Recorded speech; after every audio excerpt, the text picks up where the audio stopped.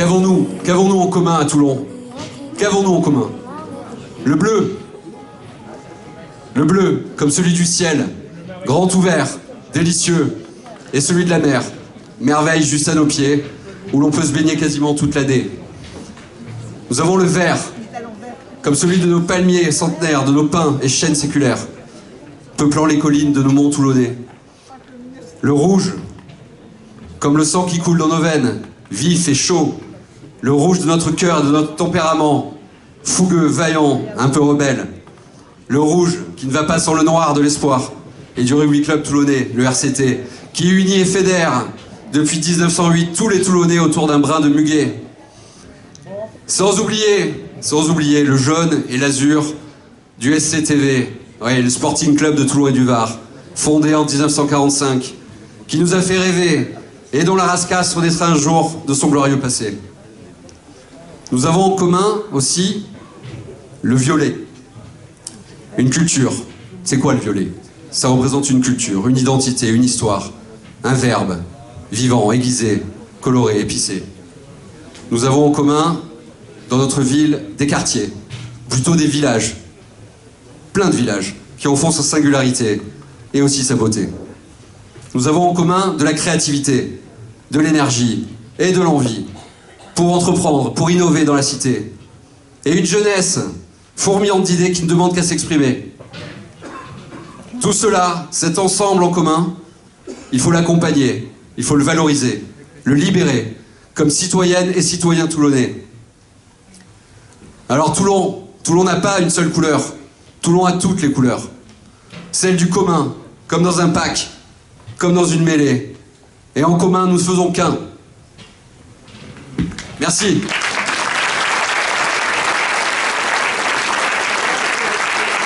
On fait qu'un, merci beaucoup.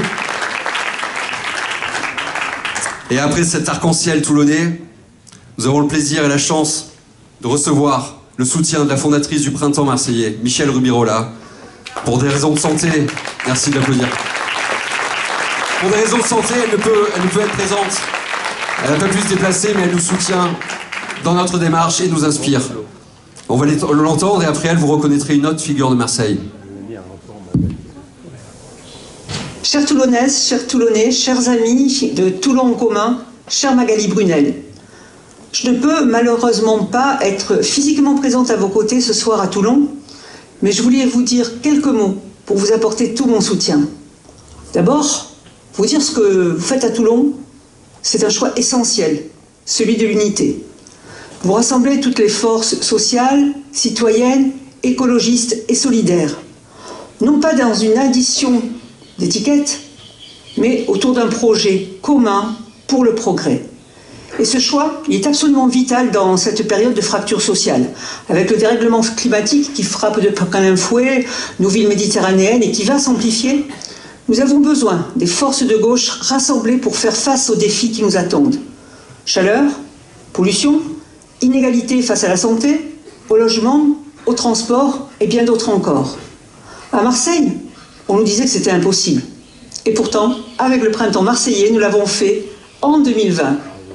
Ensemble, nous avons mis la ville sur le bon chemin. Réinvestir dans la santé, dans les quartiers populaires, dans les écoles, dans la transition écologique, dans la dignité au quotidien. Nous avons lancé une autre manière de gouverner, protectrice, solidaire et écologique. Votre démarche à Toulon est de la même nature. Elle est d'autant plus nécessaire que l'extrême droite est forte, favorite et banalise partout ses idées d'opposition et de rejet. Elle oppose là où nous devons rassembler. Avec Toulon en commun, vous portez une alternative nette, une ville solidaire, une démocratie vivante et une écologie populaire. Alors oui, ensemble nous sommes plus forts. Magali, je souhaite saluer ton engagement et la dynamique collective que tu portes. Alors, ne lâchez rien. À Toulon comme à Marseille, la haine ne doit pas gagner. Et je suis de tout cœur avec vous. Et vive Toulon en commun.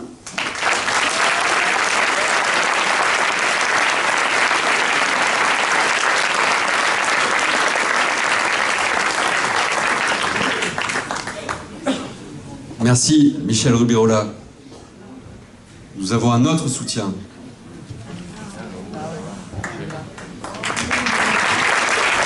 Bonsoir à toutes et à tous. Malheureusement, pour des raisons de sécurité, de mobilité, je n'ai pu être avec vous ce soir, réunis pour Toulon en commun, réunis autour de Magali Brunel. Et à Magali, je voulais dire ces quelques mots de soutien, ces quelques mots d'encouragement face au combat qu'elle est en train de porter avec vous, toutes et vous tous autour d'elle.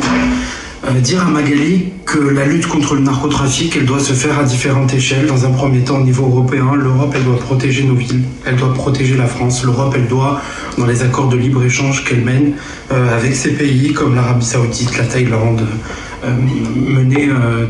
finalement conditionner ces accords de libre-échange au fait que ces pays doivent, s'ils veulent percevoir les fonds européens, nous rendre les narcotrafiquants qui, depuis l'étranger, font couler le sang dans nos quartiers, qui, depuis l'étranger, sèment la terreur dans nos cités, font que les quartiers sont devenus prisonniers de ces narcotrafics, font que nous vivons dans une société sous dépendance, font que, finalement, cette jeunesse à qui ils veulent offrir une perspective d'avenir devient esclave de ces réseaux. Et face à cela, face à l'abandon, face au repli, face à l'inégalité qui frappe les quartiers, au manque de transport, au manque de services publics, au manque d'accès à une éducation de bonne qualité, au manque de ressources pour les associations qui font tenir les quartiers. Et ce soir, je voudrais que nous pensions à ces associations qui militent partout dans les quartiers pour représenter la République, pour faire tenir les valeurs républicaines dans ces cités, pour accompagner ces familles en situation de précarité. Et pour cela, je veux aussi qu'on ait une pensée pour ces mamans, pour toutes ces mères qui, partout, élèvent leurs enfants dignement, partout, portent un engagement, ces mères qui sont bénévoles dans ces associations, ces mères qui sont le dernier rempart qui fait tenir nos cités. Et à ces mères, je veux dire un grand merci. Je veux dire que la République parfois n'a pas su protéger ses enfants, elle n'a pas pu protéger les enfants de ces mères endeuillées, mais que nous sommes là. Nous sommes debout, nous sommes dignes, nous sommes conscients des enjeux, conscients de la douleur qui peut peser sur ces mères. Et pour cela, je suis certain qu'en mars prochain, Magali portera cette victoire, la victoire de Toulon en commun, pour pouvoir permettre à ces familles de respirer, pour pouvoir permettre une égalité entre tous les territoires, pour pouvoir permettre aux familles des quartiers populaires de pouvoir respirer, de pouvoir vivre, de pouvoir avoir des moments de bonheur, avoir des moments où ils soufflent, avoir de réelles perspectives d'avenir, de pouvoir amener les fonds de l'État dans ces quartiers populaires, de pouvoir permettre à ces associations qui sont sur un fil rouge, qui tiennent avec très peu de moyens, leur permettre de pouvoir mener leur action dignement, de pouvoir mener leur action dans de bonnes conditions pour travailler sur le retour des services publics partout, pour travailler pour que les quartiers populaires, les quartiers de Toulon ne soient plus stigmatisés, ne soient plus laissés pour compte et marginalisés. Et pour cela, il y a des choses très simples. Aujourd'hui, on doit militer aux côtés de Magali, aux côtés de cette liste, aux côtés de toutes les personnes qui composent cette liste. Et j'ai une pensée particulière pour tous ces militants et toutes ces militantes qui se lèvent, qui vont tracter, qui vont parler aux gens et continuons à mener cette parole, continuons à porter ce message d'espoir, continuons à dire partout que les valeurs humanistes, que les valeurs d'égalité, que les valeurs de générosité ne doivent pas manquer à la société, ne doivent pas manquer partout sur le territoire, et que surtout les batailles ne sont jamais perdues d'avance, bien au contraire. Lorsque nous nous sommes levés face au narcotrafic, jamais j'aurais pu croire qu'un soutien aussi grand allait m'accompagner, allait me tenir, allait me pousser, me porter.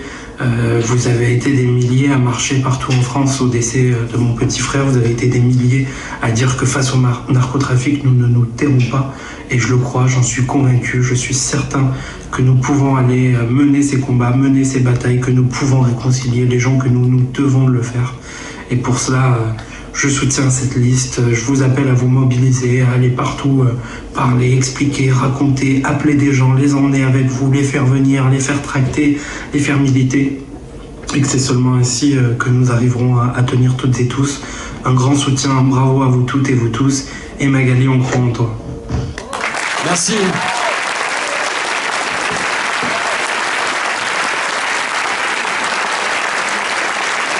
Merci à Anouk Tessassi.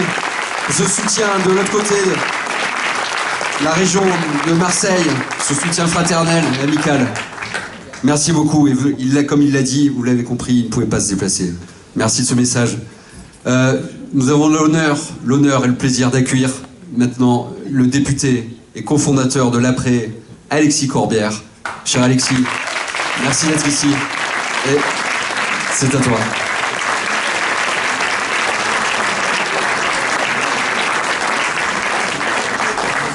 Ça marche pas si tu m'autorises à parler comme ça? Normalement. Alors, normalement, c'est le micro comme ça. Alors, normalement, c'est le micro comme ça. Merci. Ça va aller? Écoute, on va essayer. Bonsoir à tous et à toutes. Merci d'être nombreux, nombreuses. C'est évidemment pour moi un grand honneur, un plaisir. Je vais essayer de développer dans quelques mots. Vous m'avez laissé 10 minutes, un quart d'heure.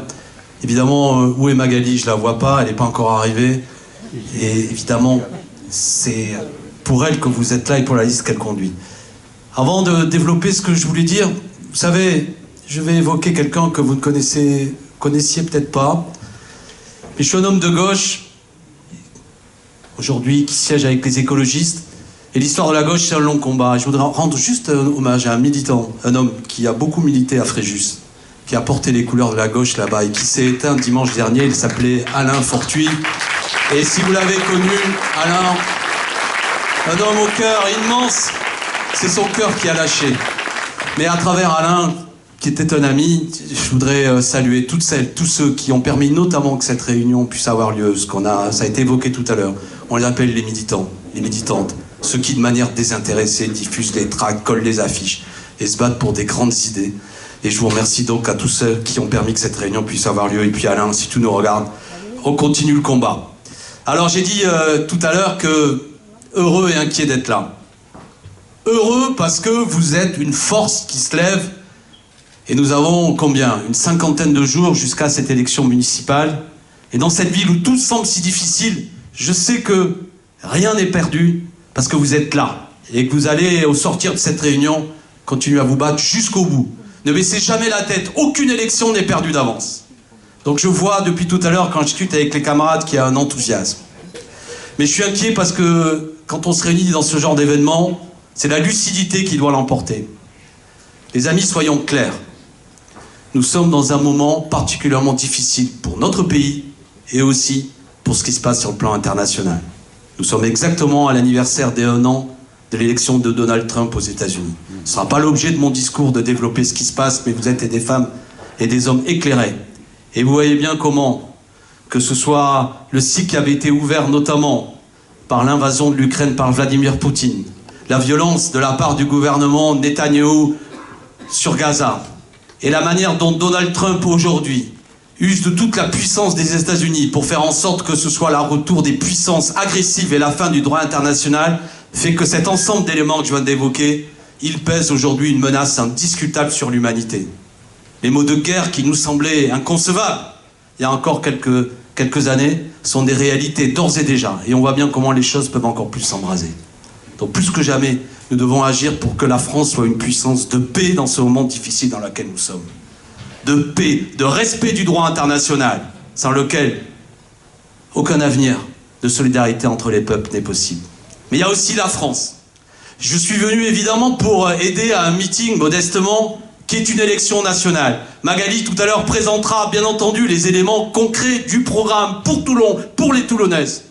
Mais on va être honnête, vous êtes des femmes et des hommes intelligents. Cette élection municipale aussi a une dimension nationale. Elle aura lieu à 1 an de la prochaine élection présidentielle où va se jouer l'avenir du pays. Et quand je dis que je suis inquiet, c'est que j'ai les yeux grands ouverts sur la situation. Pour la première fois dans l'histoire de notre pays, au moins depuis 1945. Il est possible, oui il est possible, ça n'est pas encore fait, mais il est possible que l'extrême droite prenne le pouvoir par les urnes. Que les choses soient claires. Cela fait 2 fois qu'une candidate d'extrême droite, Marine Le Pen, était au second tour de l'élection présidentielle et elle a progressé significativement. Cela fait 2 fois qu'à l'occasion des élections européennes notamment, il y a la liste conduite par Jordan Bardella qui arrive en tête. Nous sommes dans un nouveau moment de l'histoire politique du pays. Et à cette nouvelle période, l'homme que je suis avec mes camarades de l'Après, propose une nouvelle stratégie, si je puis dire, ou de continuer la stratégie que nous avions ouverte en 2022 et en 2024 avec ce qu'on appelait la NUPES et le nouveau Front populaire. L'union, l'unité de la gauche et des écologistes. C'est cela qui correspond à la nouvelle période. Et vous êtes à Toulon, si je puis dire, un laboratoire ou une vitrine des 3 éléments de ce triptyque inquiétant sur le pays. Je vais les résumer en 3 formules. La droite en décomposition, l'extrême droite en dissimulation et la gauche en division. Oui, la droite en décomposition, le système Falco, j'y reviens pas, vous l'avez suivi, une droite affairiste, épuisée. Et on voit bien comment on est dans un moment où, ce que j'évoquais tout à l'heure, ce moment particulier ouvert depuis 1945, même la droite traditionnelle, qui dans d'autres pays s'était constituée autour de la figure du général de Gaulle, en refus de l'extrême droite, en résistance à l'occupation, en refus des ultras notamment, et des fous de l'Algérie française qui jusqu'au bout, regroupés parfois autour de l'OAS, avaient fait couler le sang, même quand des accords de paix avaient été trouvés. Vous savez, j'en parle parce que je connais la région, je suis originaire de Béziers, et je sais combien de gens ont aimé passionnément l'Algérie et même y ont laissé des familles là-bas, et que ce fut un déchirement de quitter ce pays. Je ne reviens pas sur cet épisode, mais je sais qu'il structure encore la douleur et la pensée de beaucoup de gens. Mais la droite, aujourd'hui, dans toute la France, et je crois que c'est hélas particulièrement le cas chez vous, est en train clairement de voter pour l'extrême droite sans aucune retenue. Nous sommes dans un moment d'union des droites. J'évoquais tout à l'heure l'extrême droite en dissimulation. C'est que je connais, Madame Lavalette. Ah, elle est souriante. Ça dépend. C'est le visage souriant d'un projet grimaçant. Mais elle est souriante. En dissimulation. J'ai même découvert qu'elle se présente sans étiquette. Quasiment, elle dépolitise la campagne. Je n'ai quasiment rien à dire. Vous me connaissez, je suis partout, etc., etc. Mais personne n'est dupe. Et faites passer le message sur véritablement ce qu'il propose. Et la gauche en division, j'en dirai tout à l'heure 2 mots. Alors, quand je dis personne n'est dupe, aujourd'hui, là, j'étais pas à l'Assemblée, mais ça servait à rien parce que c'était un moment de piétinement de l'Assemblée. Il y a quelques heures, Sébastien Lecornu est monté à la tribune de l'Assemblée pour annoncer le 49.3. Il y aura censure. Je ne reviens pas sur tous les éléments, les différentes stratégies, y compris dans ceux qui se regroupent dans la liste de Magali, sur ce qu'il faut faire dans le moment. Pour ma part, je le répète et vous l'aurez compris, je pense que quiconque utilise le 49.3 doit être censuré. Mais comment on est arrivé à cette situation d'impossibilité d'avoir un budget? Qu'est-ce que c'est que la discussion budgétaire en vérité, pour la résumer en peu de mots? La politique d'Emmanuel Macron, depuis 2017, a creusé en vérité les déficits publics. 40 milliards chaque année en moins pour les recettes de l'État. Il a baissé notamment toute une série de fiscalités en direction des entreprises, soi-disant pour dynamiser la compétitivité de nos entreprises et pour créer de l'emploi. Le ruissellement, on a vu le résultat. Tout le débat budgétaire dans lequel nous sommes engagés vise à dire une chose. C'est ça que portent la gauche et les écologistes. Pour revenir sur le déficit de l'État. Et surtout pour faire face aux besoins de la population, car c'est ça la noblesse de la politique. Il faut trouver des recettes nouvelles. Si vous refusez d'engager des recettes nouvelles, alors la seule chose que vous avez à dire au pays, c'est qu'il y aura moins de services publics, moins de moyens pour l'hôpital, moins de moyens pour les écoles, moins de moyens pour bâtir du logement, moins de moyens pour la police. Ne racontons pas d'histoire. Quiconque refuse qu'il y ait des recettes nouvelles vise à dire que c'est au peuple de subir les conséquences de la politique d'Emmanuel Macron. Eh bien, que fait l'extrême droite dans ce débat? Chaque fois que nous avons voulu proposer qu'il y ait des nouvelles recettes, qu'est-ce que je veux dire par nouvelles recettes? Eh bien, je veux dire tout simplement que la politique d'Emmanuel Macron, je l'ai critiquée, mais elle a fait le bonheur de personnes dans le pays. Vous avez entendu ça? Vous avez entendu parler de... C'est le nom d'un économiste, il s'appelle Gabriel Zucman. L'idée que de constater qu'il y a dans ce pays près de 1800 personnes qui ont des fortunes personnelles équivalentes à plus de 100 millions d'euros. J'imagine qu'il n'y a pas beaucoup dans la salle. Eh bien, en raison des différentes dissimulations possibles, c'est-à-dire qu'ils n'ont pas, comme eux, comme vous le faites vous, sur leur compte en banque, ça appartient à leur société, c'est des dividendes qu'ils perçoivent, etc. On constate, les économistes constatent, qu'en matière d'impôt sur le revenu, ils payent quasiment rien, voire rien du tout. Vous avez suivi cet élément-là? Peut-être que ce que je dis, vous le découvrez, mais ça a été confirmé la semaine dernière par un homme qui s'appelait Éric Lombard. Vous vous souvenez, un grand avec un crâne dégarni, là, qui était ministre de l'économie de François Bayrou. Il a pris la parole la semaine dernière, il a dit oui, c'est vrai. que les plus grandes fortunes de ce pays ne payent pas d'impôts, sur le revenu, j'entends. C'est incroyable. Vous payez tous des impôts. Oui. Vous êtes des gens normaux. Eh bien, dans ce pays, les plus fortunés, l'impôt, il n'est pas progressif. Quand on est tout en haut, on constate qu'ils échappent à l'impôt. Si on veut agir pour la justice, c'est là qu'il faut aller chercher l'argent. Pas pour les punir, vous savez, ils en ont beaucoup, mais pour faire en sorte que nous ayons les moyens d'intervenir pour répondre aux besoins de la société. Le débat sur les recettes est le débat central. Eh bien, au cours de ce débat à l'Assemblée nationale, qu'est-ce qu'ils ont fait, l'extrême droite? Ils se sont opposés à toutes les mesures que nous avons proposées. Opposés à la taxe Zuckman, opposés à tout ce qui mettait une fiscalité un petit peu plus juste en direction, notamment des holdings et des grandes entreprises. Je ne m'étendrai pas longuement là-dessus.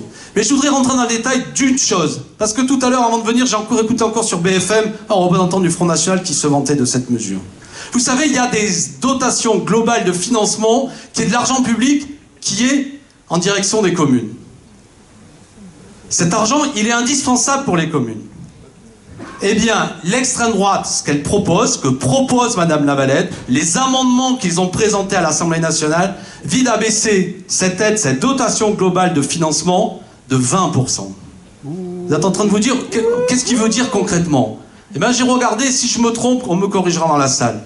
Concrètement, pour Toulon, la dotation globale de financement, ça veut dire que Toulon perçoit 43 millions. 43 millions qui aident à ce que vos services publics, à ce que la petite enfance et des personnels, qui est une aide publique pour aider les communes. Eh bien, ce que propose Madame Lavalette, par ces 20% de suppression de la dotation globale de financement, c'est-à-dire 5 milliards de moins, ça veut dire concrètement 8,6 millions de moins pour Toulon. Quand je dis l'extrême droite de dissimulation, c'est que, est-ce qu'elle fait campagne en disant « Je propose 8,6 millions de moins pour Toulon et les Toulonnais ?» Non, évidemment.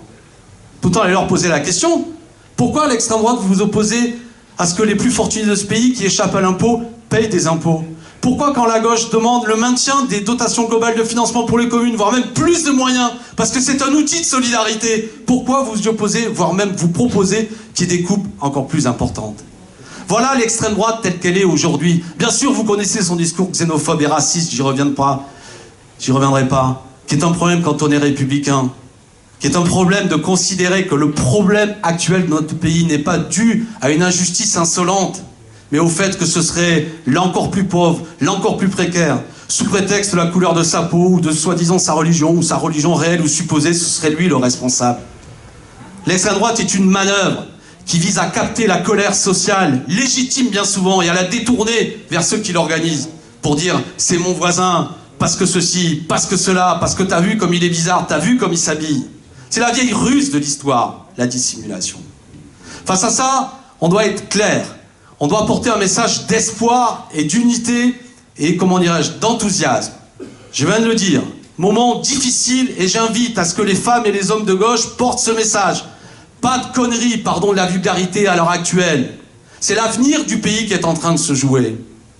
Il faut nous rassembler. Bien sûr, il y a des socialistes, et Magali en est une. Bien sûr, il y a des communistes, des écologistes. Moi, je suis à l'APRE, c'est l'Alliance pour la République écologique et sociale. J'ai fait partie de l'Histoire insoumise, j'en ai même été un des fondateurs. Bien sûr, il y a d'autres forces sur cette liste. On n'est pas tous d'accord, bien entendu. Mais nous pensons que ce que nous avons de commun à l'heure actuelle est beaucoup plus fort que les divisions. Et que nous comprenons la gravité du moment dans lequel nous sommes. Et que nous voulons que dans ces élections municipales, cette exigence d'unité soit entendue, soit dynamique, pour éviter que le pire l'emporte et fasse du mal à une ville comme Toulon.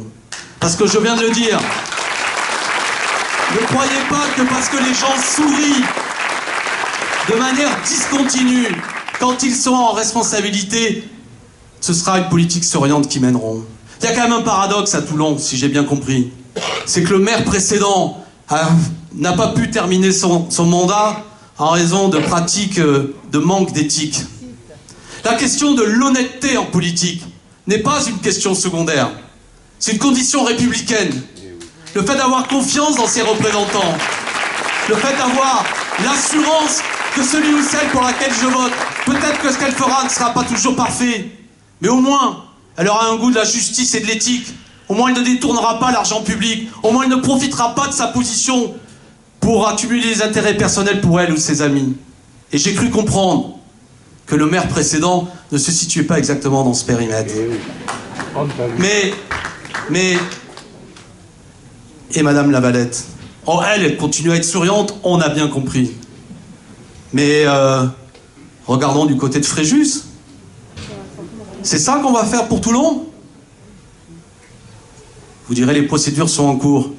Mais les mises en examen, au moins 2 du maire Rassemblement National. C'est le cas aussi du maire Rassemblement National à Perpignan. C'est le cas aussi de Marine Le Pen elle-même, pour lequel la candidate du Rassemblement National a volé au secours sur tous les médias. C'est scandaleux ce qui arrive à Madame Le Pen, c'est une honte, c'est un procès politique. Ah bon, c'est un procès politique que 4 millions d'euros qui sert à payer des collaborateurs a servi à financer l'activité d'un parti politique? J'ai entendu aujourd'hui la plaidoirie de Madame Le Pen. On n'était pas au courant. Ah bon, vous n'étiez pas au courant? On ne savait pas. Ah bon? Vous ne savez pas qu'un collaborateur parlementaire doit servir à l'activité du parlementaire et pas à financer l'activité d'un parti? Et vous voulez diriger la France? Quand il y a une sanction que je considère juste, c'est quand il est établi qu'un élu, en connaissance de cause, a détourné de l'argent public. Oui, il est bon qu'il soit condamné.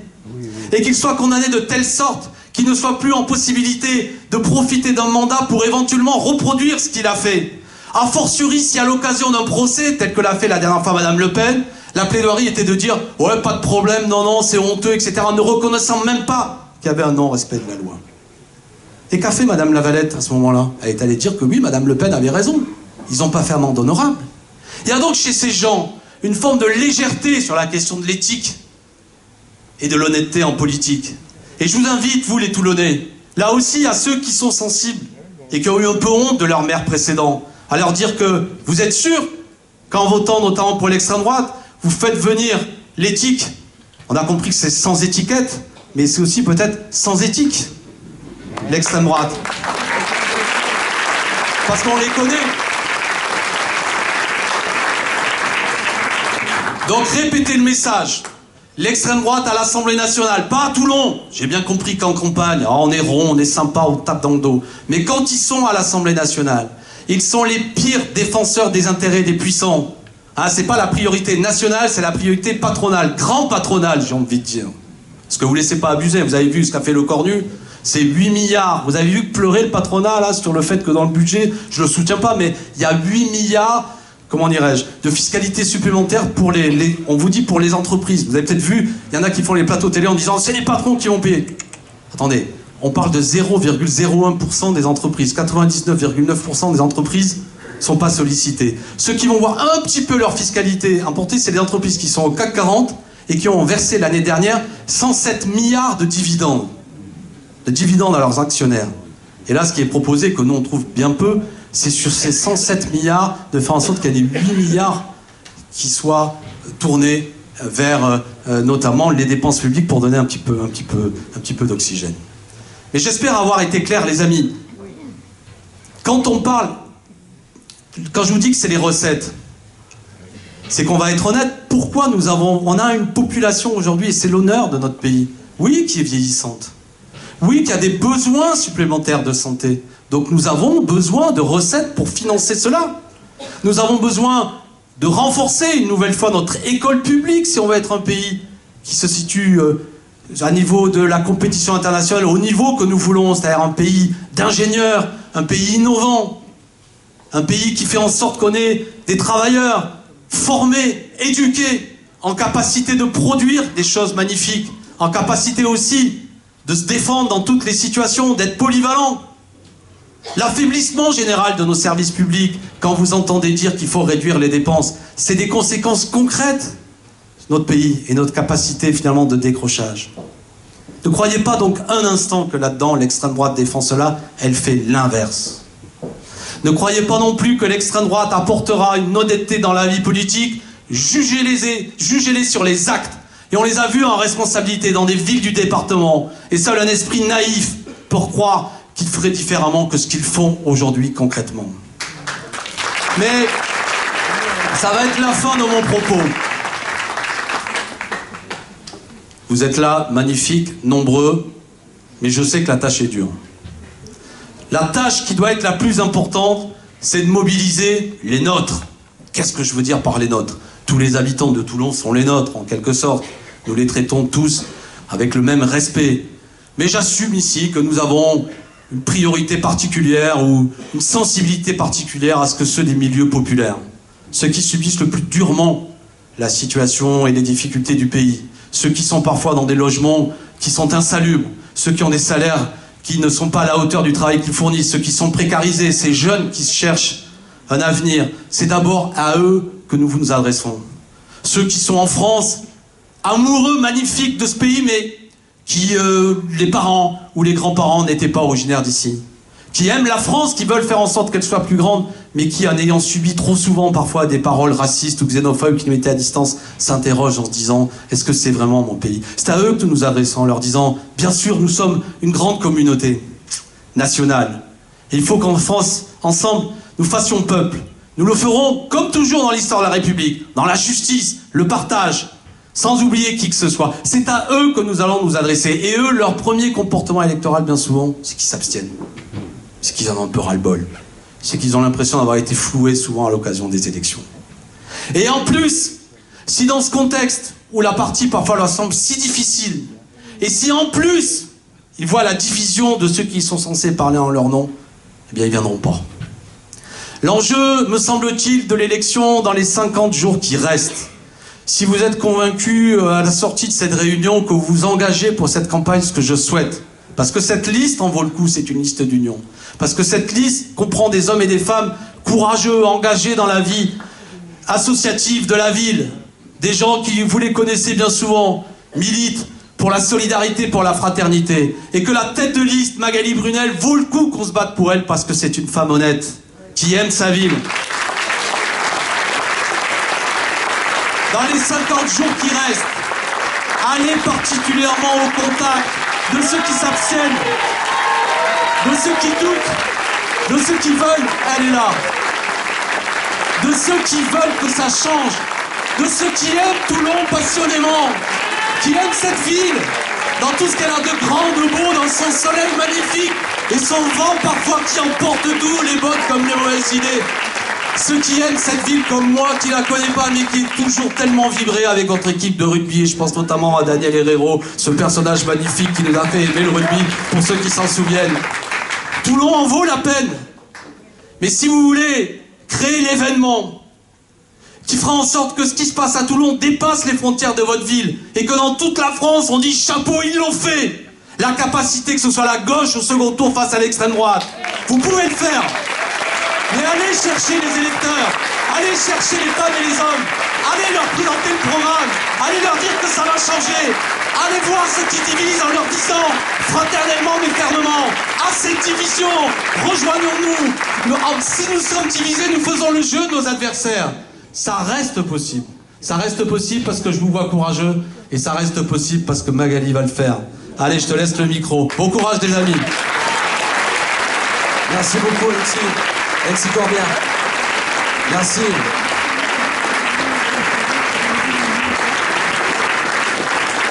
Merci pour ce discours. Merci beaucoup Alexis Corbière. Alors à Toulon en commun, nous ne pouvons que laisser maintenant la parole aux Toulonnaises et aux Toulonnais. Et on va les entendre. Si vous étiez maire en mars 2026, qu'est-ce que vous changeriez à Toulon ? Eh bien, en premier, je crois qu'il faut beaucoup plus d'arbres à Toulon. Beaucoup plus d'arbres. Je proposerais plus d'activités sportives. T'as des ferries moins polluants. On peut améliorer les conditions de vie pour certaines personnes, certainement.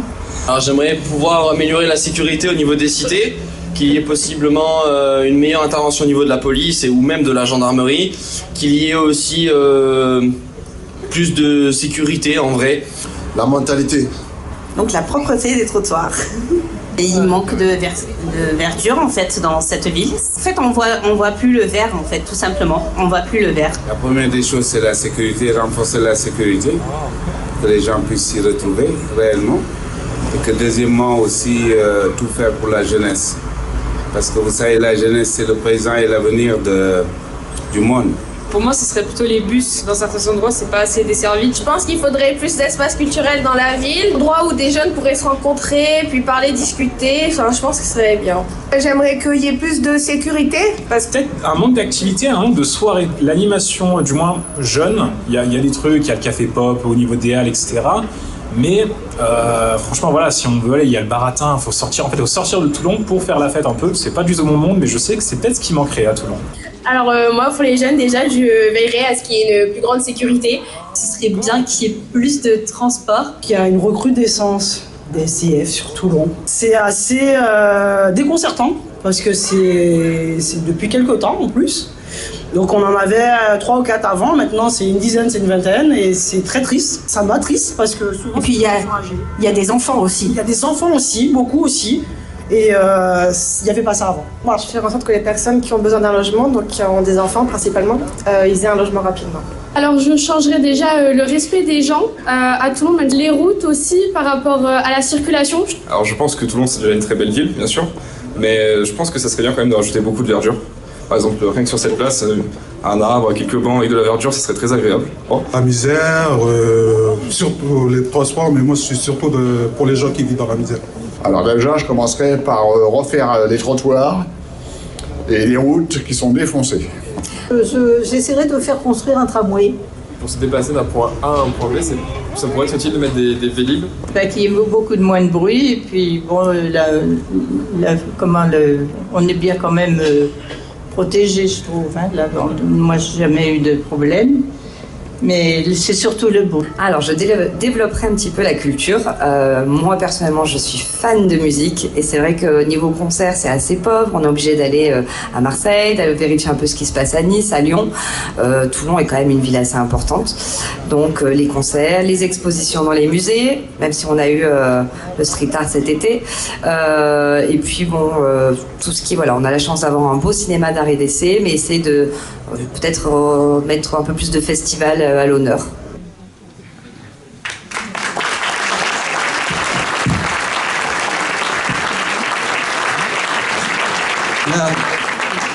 Nous avons le plaisir maintenant d'accueillir Madame Danielle Demarque, présidente du comité de soutien de Toulon en commun, vice-présidente et députée honoraire du Parlement européen, et Claude Ardide, journaliste et écrivain. Je vais donner la parole, c'est à vous Danielle d'abord, pour commencer, et ensuite Claude.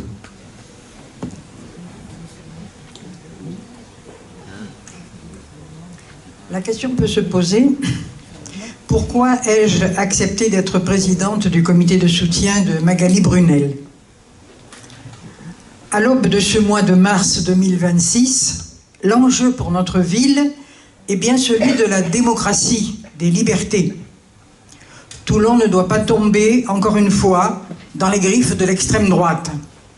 Non, madame, nous n'avons rien oublié de la gestion violente, catastrophique de cette ville par le Front National et Monsieur le Chevalier. Non, rien.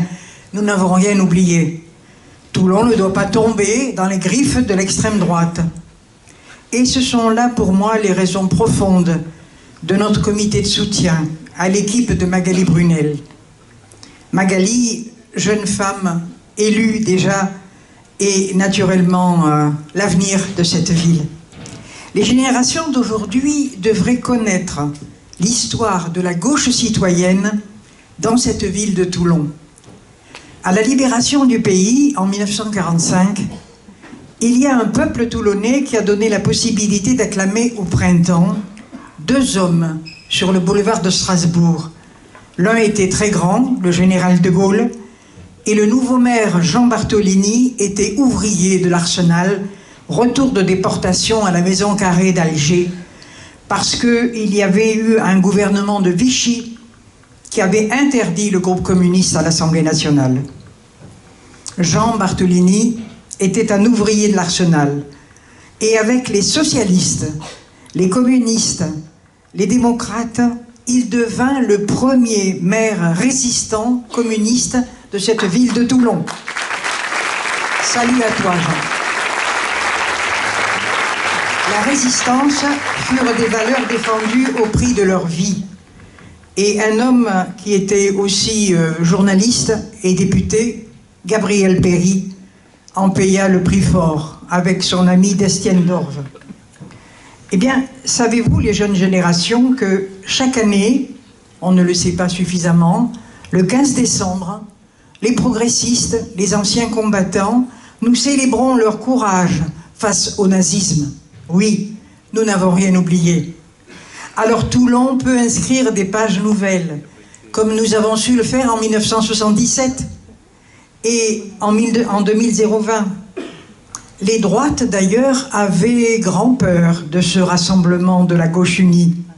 Et des progressistes qui, à quelques voix près, en 1977, pouvaient conquérir la mairie. Belle expérience, bel enthousiasme. Je me rappelle de cet homme qui était devenu mon ami, André Herrero, l'homme, le grand, comme on disait pour le rugby. Il a pris la parole, André, devant un opéra comble, et il parlait de l'unité, il parlait de Toulon et de son avenir. Et puis Toulon, dans cette période-là aussi, et pendant des années, ce fut un homme, un grand écrivain, un grand poète, Aragon. Savez-vous qu'il s'arrêtait toutes les années, tous les étés, à la librairie de la Renaissance? Eh bien, il faisait sa visite des livres avec celles et ceux qui, justement, s'occupaient de cela à ce moment-là. Aragon et Rista avaient participé tous les deux au jeudi culturel de la librairie de la Renaissance. C'était merveilleux. Le foyer de l'opéra plein, archi-comble, pour entendre Aragon lire Rista. Voilà, c'était Toulon de cette époque-là. Et vous savez, dans cette époque-là, les salariés des arsenaux, des services publics, les gens des grandes cités, je pense surtout à la Beaucaire, ils étaient là. C'était notre force. Comme en 2020, ce qui a permis à 3 candidats de la liste de Toulon en commun d'être élus. Mais oui, parce que Magali Brunel, André de Hubeda, Philippe, depuis 6 ans, ont relevé le défi par une présence permanente, avec des interventions pertinentes, formidables, et surtout sur les terrains de la vie. Ils ont été dans les cités, dans nos quartiers. Alors, avec Magali et avec André et d'autres élus déjà, nous avons commencé les contacts commerçants. Savez-vous, les contacts commerçants dans l'ouest de Toulon, eh bien, ils sont fructueux en fin 2025. Et ce n'est qu'un début, un début. Le comité de soutien, eh bien, ce sont des hommes et des femmes décidés à défendre la démocratie, nos libertés. Ce comité de soutien, je vous invite d'ailleurs à le rejoindre, parce que nous sommes déjà nombreux, mais on peut faire place, il y a de la place pour chacun dans ce comité de soutien. Ça a une belle résonance, déjà. Les premiers responsables des formations politiques de gauche, Parti socialiste, Parti communiste, Verts, Citoyens, gens des cités, de la région, et puis les maires des petites communes, des syndicalistes, des artistes de renom, des journalistes, des écrivains, que chacune et chacun ici, d'ailleurs, pour leur engagement, me soit remercié. Notre liste peut hâter la venue du printemps. Notre liste peut hâter la venue du printemps. Sortir effectivement de la grisaille. Oui, tout est possible. Tout dépend du peuple toulonnais. Comme en d'autres périodes où, pour défendre face à l'extrême droite la culture, à Château-Vallon, dans les librairies, nous nous sommes unis, nous avons manifesté dans une belle diversité pour les valeurs de progrès et de liberté. Oui, nous sommes Mistral gagnant. C'est ça notre idée. Mistral gagnant. Confiance. Confiance dans les potentialités de nos résultats. Pour Toulon en commun et, comme dit Magali, dans la joie. Pour ouvrir une perspective pour le droit au logement. Des services publics dont nous avons besoin. Le droit à la santé pour tous. Le droit à un environnement protégé pour notre Méditerranée qui en a bien besoin. Pour nos forêts. Pour le droit à un tramway. Enfin, pour la sécurité à la mesure de nos besoins. Tout est possible, chers amis, tout. Toulon en commun et dans la vie, a déclaré Magali, la chance Magali, c'est la chance de devenir la future maire de cette ville de Toulon. Et donc, nous la soutenons. Nous la soutenons. Magali, elle est universitaire. Ah, c'est vrai qu'elle n'est pas masquée. Elle est à visage découvert. Et elle est belle. Elle est sportive. Elle est sportive. Elle est maman, dont la beauté extérieure et intérieure ouvre tous les champs du possible. Toulon doit devenir l'espoir de celles et de ceux qui galèrent, de celles et de ceux qui veulent vivre mieux de leur salaire, de leur retraite, et qui ont besoin d'être libres. Alors, chers amis, soyons ensemble, soyons dans l'action, soyons aussi dans le rêve d'une transformation sociale véritable dans notre ville. Bravo, merci, bravo. Mistral gagnant.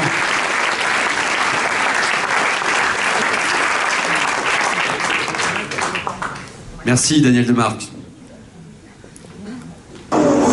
Je suis Payot Dufault, député NFP du Pays Basque, membre de RPS, Région Un Peuple Solidaire, et je souhaite apporter tout mon soutien à la liste d'Union de gauche de Toulon en commun et à Magali Brunel, sa tête de liste.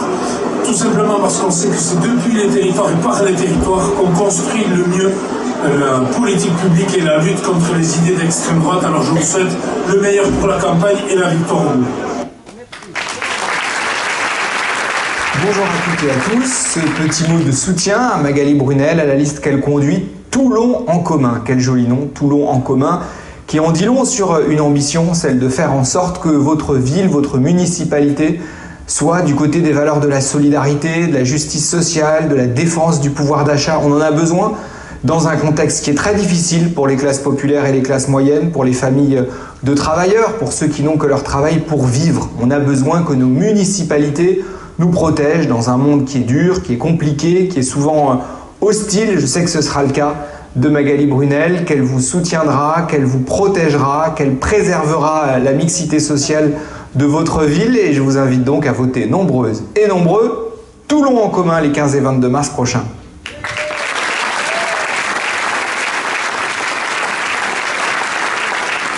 Bonjour, ici David Cormand, député européen pour les écologistes, et je vous fais ce rapide petit message de chez moi pour soutenir chez vous à Toulon la liste de Magali Brunel qui rassemble beaucoup de partis, de citoyens progressistes, de gauche, écologistes, et notamment mon ami régionaliste Père Costa.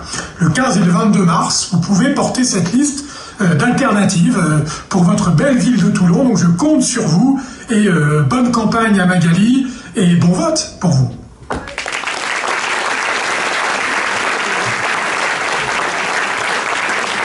Chers amis toulonnaises et toulonnais, Toulon vous appartient. Il y a une liste de rassemblement de la gauche et des écologistes avec Magali Brunel, et je suis venu vous dire simplement, évidemment, tout le soutien que je lui apporte, mon affection pour le combat qu'elle a engagé, et je sais qu'elle a toutes les qualités pour être demain votre maire à Toulon et faire en sorte que cette ville ne soit pas simplement un laboratoire pour l'extrême droite, qu'elle ne soit pas simplement une vitrine pour celles et ceux qui espèrent demain gouverner la France, mais que ce soit au contraire le moment où une digue est posée.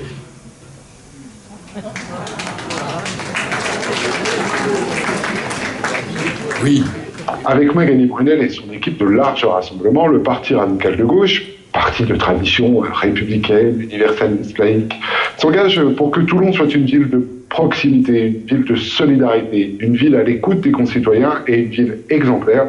Magali Brunel et son équipe ont toute notre confiance.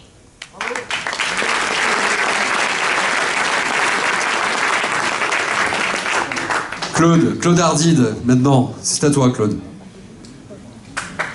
Merci. Juste deux mots en introduction, parce que je pensais que Bernard Lemaitre du Rugby Club Toulonnais serait là, mais il est représenté par deux personnes que je salue. Et je voudrais lui dire ceci, il faudrait lui transmettre cette idée-là, que contrairement à ce qu'on peut penser, le rugby est de gauche, parce qu'il rassemble et qu'il n'a jamais écarté qui que ce soit, quelle que soit sa religion, quelle que soit sa couleur, quelle que soit son origine. J'ai vu des centaines et des centaines et des centaines de joueurs qui ont toujours été reçus par le Rugby Club Toulonnais. J'habitais le boulevard du Tassin, ma chambre donnait sur le stade Mayol. Certes, je voyais le match gratuitement, mais régulièrement, du temps de Daniel Herrero, André Herrero, Aldo Grarin, Labouré et consorts, je descendais pour aller ramasser le ballon et leur donner quand il arrivait derrière les poteaux, etc. Donc dites à Bernard Lemaitre que je le salue, que j'aimerais beaucoup le rencontrer un jour et lui dire que le rugby est de gauche.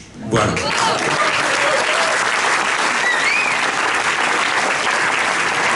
Mes chers amis, vous tous, il y a beaucoup de gens que je ne connais pas, mais beaucoup me connaissent parce que j'ai passé plus de 20 ans dans cette ville, à travailler à Var-Matin. Je salue mes confrères de Var-Matin que Laure Lavalette, députée du RN, a traîné dans la boue et c'est dégueulasse. Et je tenais à leur dire, voilà. Il nous reste aujourd'hui, à défaut de gravir à main nue l'Everest, il nous reste à grimper le Mont Faron pour faire gagner Magali Brunel et Toulon en commun. La tâche est réellement immense, car nous avons en face de nous des adversaires qui sont redoutables. La première s'appelle Laure Lavalette. Je ne l'attaquerai jamais personnellement, mais je suis légitime, je dis bien oui, légitime, pour évoquer son passé parce que depuis plus de 30 ans, j'enquête d'abord sur le Front National, ensuite sur le Rassemblement National. Je ne perdrai pas de temps avec Jean-Marie Le Chevalier que j'ai connu entre 1995 et 2002. Pourquoi ? Parce que son ascenseur pour les fachos s'est lamentablement effondré après 6 ans de règne dégueulasse et d'affaires qui ont rongé littéralement cette ville. Laure Lavalette, certes, n'est pas Jean-Marie Le Chevalier, mais plongé dans son passé donne tout de même le vertige. Il est légitime, logique, sain, que nous sachions d'où elle vient.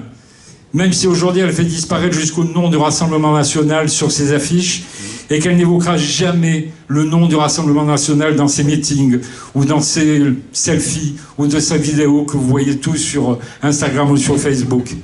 Le Rassemblement National, hop, envolé. Il faudrait peut-être lancer un SOS enlèvement pour tenter de le retrouver. Mais trêve de plaisanterie, mes chers amis. Écoutez bien ce que je vais vous dire. C'est pas très compliqué d'enquêter sur le passé de Laure Lavalette. Son grand-père, que croyez-vous qu'il faisait, son grand-père? Il était membre de la Ligue fasciste Les Croix de Feu, dissoute par Léon Blum en 1936, après ce que le groupuscule mené par François Delarocque ait tenté de renverser la République avec d'autres milices privées d'extrême droite. C'était en février 1934. Et Léon Blum a coupé net les Croix rouges, les Croix de Feu. Son père, Jean-Philippe, le père de Laure Lavalette, il était membre du groupe néofasciste Ordre Nouveau, proche d'un autre mouvement encore plus dégueulasse d'extrême droite, ultra-violent, occident, lesquels accoucheront en 1972 du Front National. Oui, je le dis, sincèrement je le pense, nul n'est parfait, et nul n'est comptable des erreurs de son grand-père et de son père, ni de leurs engagements. Mais le fruit ne tombe jamais loin de l'arbre. Madame Lavalette a suivi les mêmes chemins que son aïeul et que son père. Entre 1996 et 1998, pendant ses études de droit, c'est elle qui a dirigé la section bordelaise du Renouveau étudiant, un mouvement identitaire et nationaliste lié au Front National de la Jeunesse et du GUD, le groupe Union Défense, tout aussi violent qu'Occident quelques années plus tôt, et qui bataillait avec les étudiants de l'UNEF Renouveau à coups de barres de fer et de battes de baseball. Je les ai croisés sur ma route. Ils m'ont insulté, ils m'ont traîné dans la boue, ils ont tout fait pour que j'arrête cette carrière de journaliste. Et je leur dis pas merci. Et Laure Lavalette faisait partie de ce groupe à ce moment-là. Pourquoi vous dis-je tout cela? Parce que dans les années 2010, bien plus tard, après ces années estudiantines, Laure Lavalette ira encore plus loin, mais différemment. Il le sait, Alexis Corbière. Il l'a dit tout à l'heure. Elle vous sourit dans la rue. Elle fait des selfies comme Jordan Bardella. Mais en 2014, qu'est-ce qu'elle a fait? Elle a signé un texte en demandant aux élus locaux, oui, je dis bien aux élus locaux, et il y en a plein dans cette salle que j'ai reconnus. Qu'est-ce qu'elle leur a dit? Elle leur a dit qu'il fallait soutenir tous les candidats aux élections sénatoriales et présidentielles qui s'engageront à abroger en termes le droit à l'avortement. Mesdames, vous apprécierez si vous croisez Laure Lavalette dans la rue demain ou après-demain jusqu'au 15 mars ou 22 mars, vous apprécierez ce qu'elle a dit à propos de l'avortement. En 2015, c'est pas terminé. Les amis, c'est pas terminé. En 2015, très proche de Marion Maréchal Le Pen, pendant les élections régionales en PACA, c'est pas très loin, elle a soutenu la suppression des subventions au planning familial. Vous l'avez oublié ça? Elle a coupé les subventions, elle a demandé à ce qu'on coupe les subventions au planning familial. Vous en voulez encore? Eh bien, on va y aller. En 2022, c'était hier, elle s'est opposée à la loi sur l'allongement du délai de l'IVG proposée par la REM. Mais les attaques vers autrui ne s'arrêtent pas là. Non seulement celle qui prétend devenir maire de Toulon dans 2 mois dénonce les théories nauséabonde, c'est elle qui a utilisé les termes, les théories nauséabondes de la propagande LGBT. Mais en prime, comme députée, elle a demandé un amendement visant à exclure les travailleurs étrangers des élections professionnelles. De quel droit on peut demander à un travailleur étranger de ne pas se présenter à des élections professionnelles alors qu'il travaille, qu'il a un bulletin de salaire, qu'il a un logement? Encore une fois, c'est dégueulasse et c'est signé par Madame Laure Lavalette. Vous lui en parlerez si vous la croisez dans la rue. Allez, plus proche de nous dans le temps, plus proche de nous dans le temps, novembre 24, en plein salon du livre de Toulon. Elle engueule, j'y étais, j'ai assisté à cette scène surréaliste. Qu'est-ce qu'elle a fait ce jour-là? Elle a insulté Patrick Roy, PDG de Charlemagne, parce qu'il avait refusé d'inviter Jordan Bardella dans sa librairie. Elle lui a dit exactement ceci, j'y étais, j'étais à 5 mètres d'elle. Mes électeurs sont vos lecteurs et vice-versa. Je leur demanderai de boycotter votre enseigne. Attaque contre la culture et d'un. Un an plus tard, elle attaque en justice fin 2025 Varmatin et l'un de ses reporters parce qu'il a eu l'outrecuidance de donner les noms des communes dans lesquelles les candidats à la mairie de Toulon résidaient. Quel scoop! Ils sont là, les journalistes de Varmatin. Ils ont été traînés par la boue, dans la boue, encore il y a quelques jours, quand à la fin de son meeting, elle a cité un nom de journaliste, sous-entendant que si elle était menacée de mort, c'était la faute de Varmatin. Voilà, attaque contre la liberté d'expression, après attaque contre la culture, et de deux, mes amis. Quelques semaines plus tard, c'est une enseignante universitaire à Draguignan. Elle s'en prendra sur un tweet, sur X. Elle avait récupéré l'enregistrement d'une étudiante qui tapait sur un tract qui avait été balancé par des étudiants d'un groupe d'extrême droite qui s'appelle la Cocarde. Et qu'est-ce qu'il préconisait, ce tract de la Cocarde? Il préconisait qu'il fallait, je reprends exactement les termes, qu'il fallait accorder la préférence nationale à l'université et l'octroi des bourses aux étudiants français dans le besoin. La prof n'avait eu qu'un tort en voyant ces tracts qui étaient immondes, qui étaient balancés sur ses tables de cours. Elle n'avait eu qu'un tort, c'était de rappeler à ses étudiants l'indivisibilité de la République ou encore celle de la Convention européenne des droits de l'homme sur l'interdiction des discriminations. Quelques heures plus tard, cette enseignante dracénoise, cette même enseignante était victime d'un authentique tsunami d'insultes et de menaces sur les réseaux sociaux. Elle s'est retrouvée, Laure Lavalette, au commissariat de Draguignan. Et oui, ça arrive tout le monde, même au Rassemblement national, de se retrouver convoqué par des juges d'instruction ou par des flics pour savoir pourquoi elle a fait ça. Pourquoi? Attaque contre la culture et d'un, vous pouvez scander avec moi. Attaque contre la liberté d'expression et de deux avec Charlemagne. Attaque contre les enseignants à l'université de Troyes. Donc, Madame Lavalette préfère oublier son passé proche et lointain et parler de son plan quinquennal pour reboucher tous les trous de Toulon. Évoquer les écoles de Toulon pour les doter en climatiseurs. Même Donald Trump n'aurait pas osé dire ça. Même lui qui ne croit pas au réchauffement climatique n'aurait pas osé dire qu'il fallait doter les classes de Toulon, les 80 classes de Toulon, 84 écoles de climatiseurs.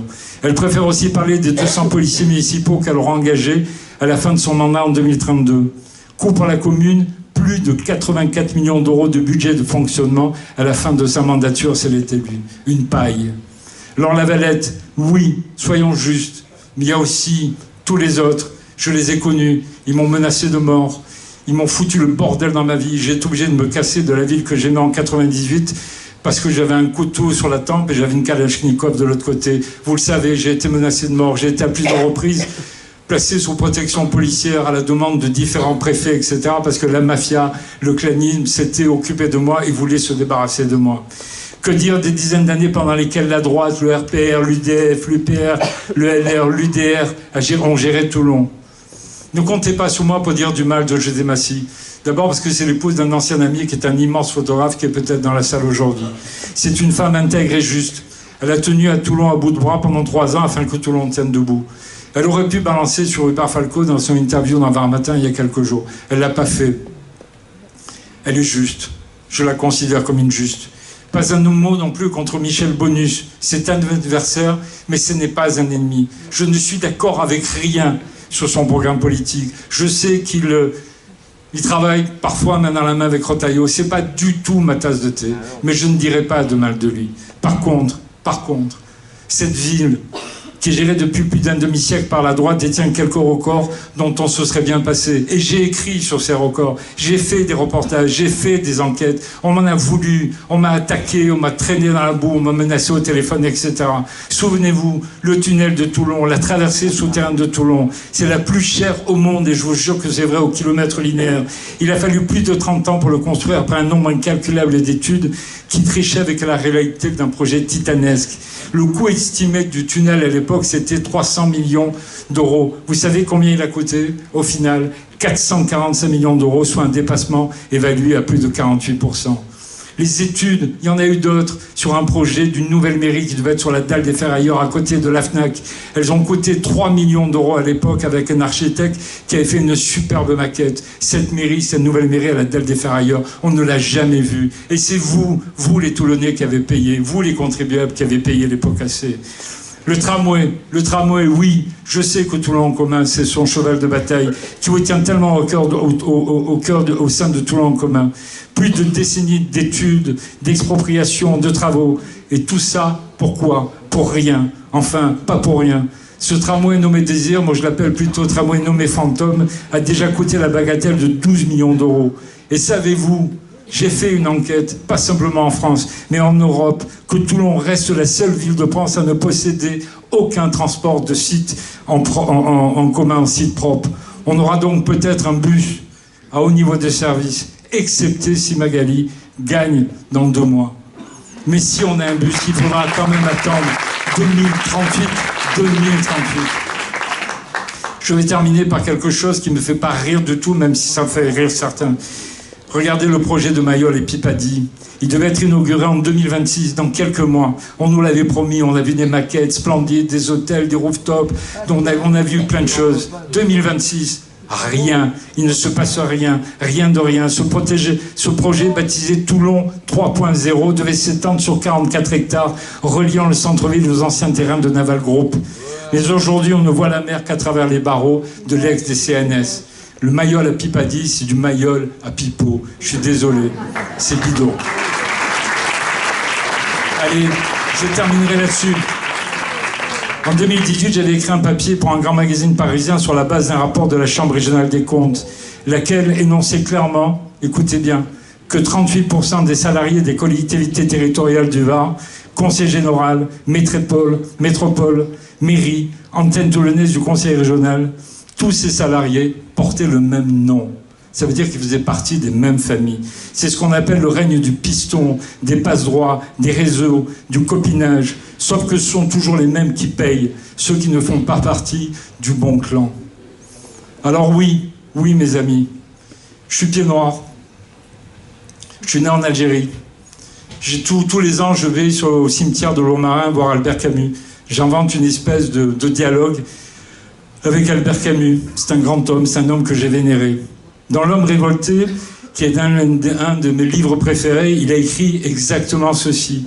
La conscience vient au jour avec la révolte. Je répète, la conscience vient au jour avec la révolte. Moi, je rajouterais, je suis pas Camus, j'ai jamais eu de prix Nobel, je rajouterais la conscience et la liberté ne viennent toujours qu'avec la révolte. Alors oui, Magali, c'est à toi aujourd'hui de te révolter, mais une révolte pacifique, apaisée, souriante et aimante qui rappelle tout ce qui fonde les principes qui nous réunissent tous ici ce soir dans le même élan.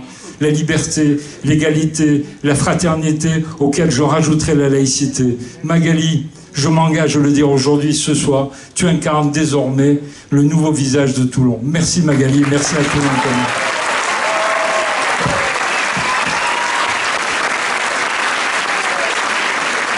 Merci Claude. Claude Ardide.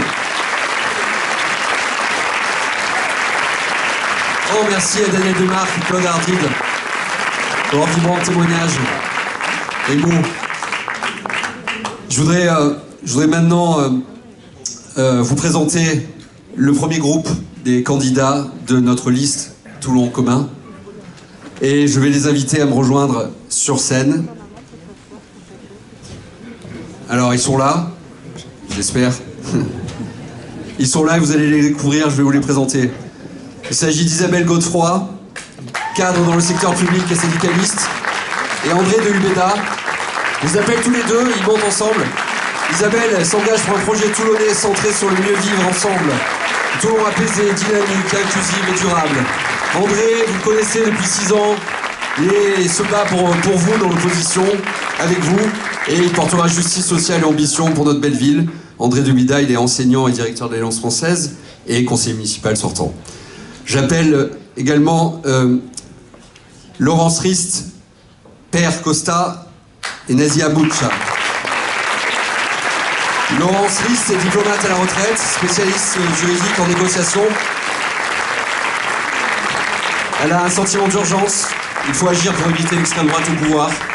Et elle met ses compétences, elle veut mettre ses compétences au service du bien commun. Père Costa, il est directeur de Région et Peuples Solidaires. Et il veut promouvoir, notamment de façon inclusive, l'identité de notre ville, l'occitan, Languedoc et la culture provençale. Nazia.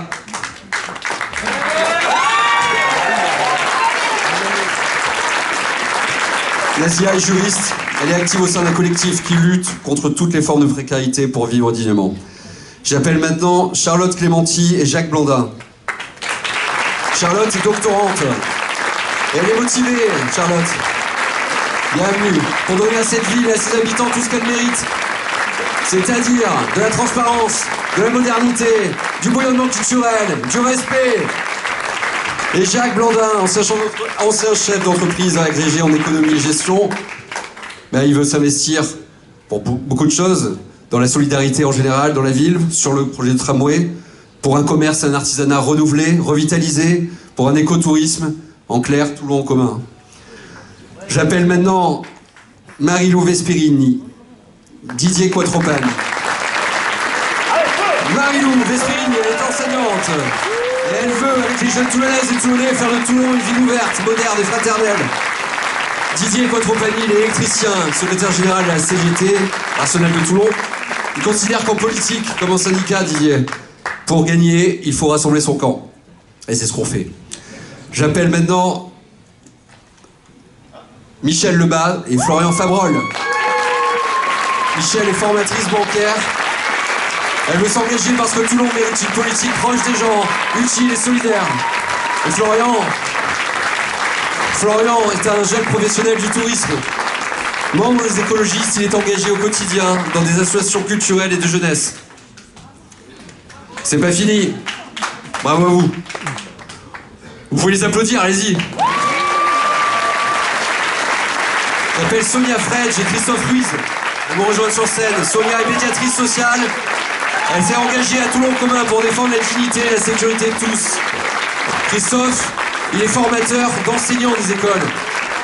Ce qui est assez important, il porte la parole des citoyens pour faire vivre la démocratie autour des valeurs qui lui sont chères.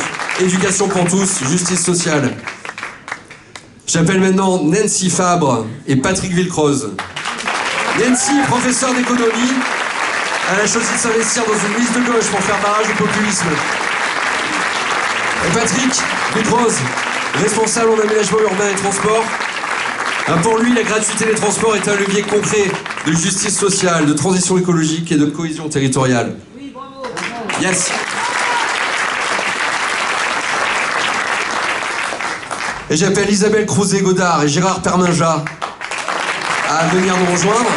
Isabelle, elle est ma sœur kiné à l'hôpital public. Elle s'engage tous les jours pour répondre aux besoins des Toulonnaises et des Toulonnais, toute la population. Et Gérard, il est professeur de PS, il est secrétaire de la section du Parti communiste de Toulon. Et il veut faire vivre nos idées dans ce beau rassemblement de la gauche.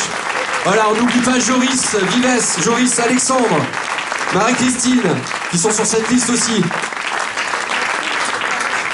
Merci, merci, merci à toutes et à tous. Et maintenant, quelle heure est-il? La meilleure. La meilleure? Ça va Toulon? Ouais. On a des drapeaux, on a des trucs, on a des fanions. Allez-y alors. Levez-les. Que maintenant il est l'heure d'accueillir. Et je voudrais que vous l'accueilliez. Je voudrais qu'on l'accueille tous. Ouais, tous en même temps, là, en l'accueillant, en l'accompagnant. Notre tête de liste de Toulon commun, Magali, on l'appelle Magali Brunel. Magali, c'est à toi maintenant. Viens jusqu'à nous.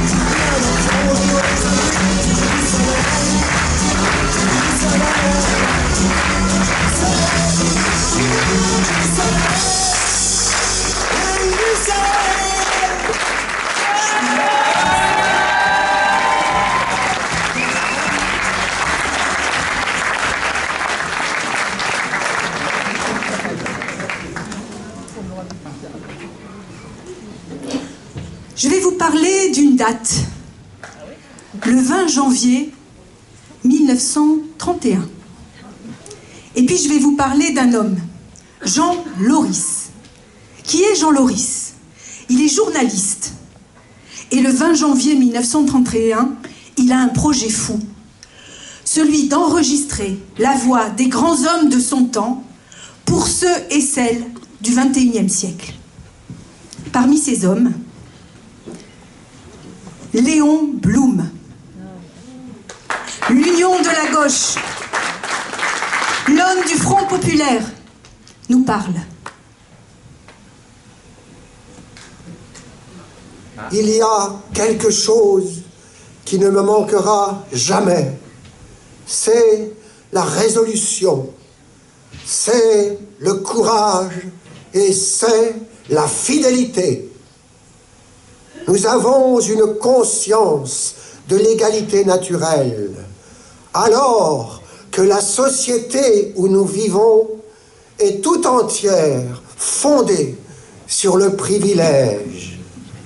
Chaque pas en avant de la civilisation devrait ainsi se traduire par un bénéfice unanime, universel, et il se traduit au contraire par une nouvelle rupture d'équilibre entre ceux qui possèdent et ceux qui travaillent. Nous concevons, nous, une société qui, comme le sens du mot l'impose, fasse vraiment des associés de tous les individus qu'elle englobe. Merci Charles Berling.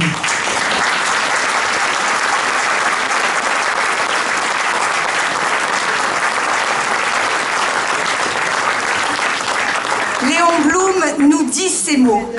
Et nous, hommes et femmes de progrès du XXIe siècle, nous, Toulonnaises, Toulonnais, aujourd'hui, 20 janvier 1926, nous entendons bien ce message. Et nous en sommes les héritiers en 2026.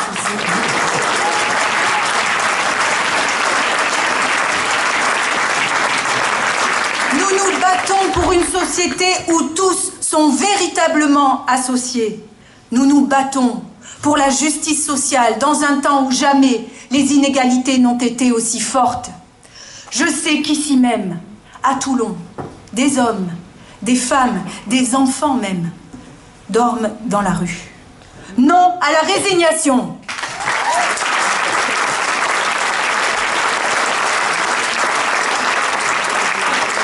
À l'heure où l'année 2026 s'ouvre, rappelons-nous ces hommes de 36 qui ont acquis de nouveaux droits, qui ont fait face à la recrudescence des actes et des paroles racistes et antisémites, se sont battus pour l'éducation populaire, pour le sport pour tous, pour les congés payés, pour les droits au travail. Ici, à Toulon, 90 ans après, nous combattons aussi la haine masquée, les fausses promesses, le rejet du plus faible, la gestion d'une collectivité comme une entreprise et le cartel des affairistes corrompus. Nous combattons les menaces sur le droit à la différence et aux cultures multiples qui, depuis des siècles, ont façonné notre ville. Non au cynisme.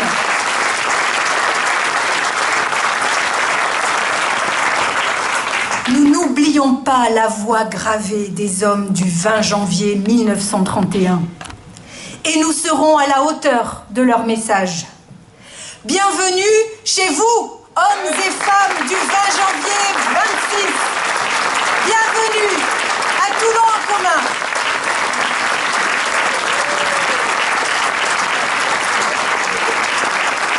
Nous aussi, nous faisons notre route pour changer le quotidien et refuser la haine de l'autre.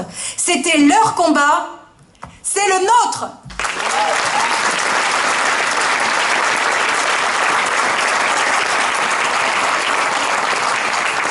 Beaucoup de ces grands hommes, avocats, sportifs, médecins, journalistes, poètes, sont venus à Toulon et ont décrit leur attachement à notre ville.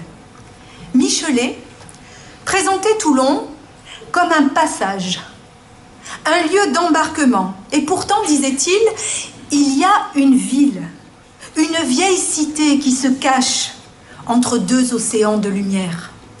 Le merveilleux miroir de la Rade et le majestueux amphithéâtre de ses montagnes. Et c'est vrai que notre ville est encerclée par une nature exceptionnelle et qu'elle s'offre avec modestie.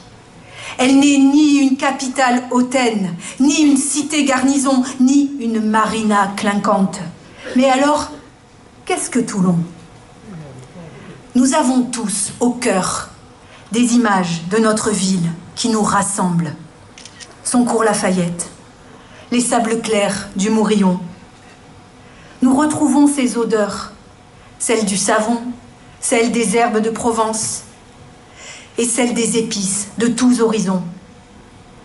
Nous connaissons ces musiques, celle des cigales, celle du jazz manouche de Django, celle de toutes nos expressions provençales, sans oublier les langues et les cultures corses, italiennes, africaines, espagnoles, venues des 4 coins du monde. Ce sont toutes ces cultures qui ont façonné notre ville. Voilà Toulon.